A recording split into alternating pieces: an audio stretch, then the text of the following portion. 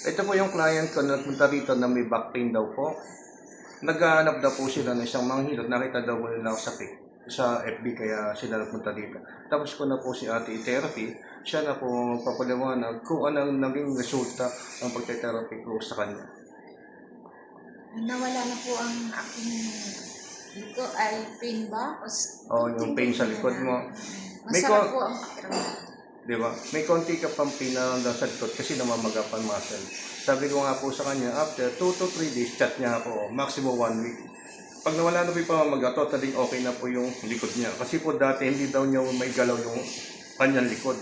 Eh ngayon po, pinabibend ko na po yung likod niya na igagaw. Sige nga ate, tayo ko nga rito.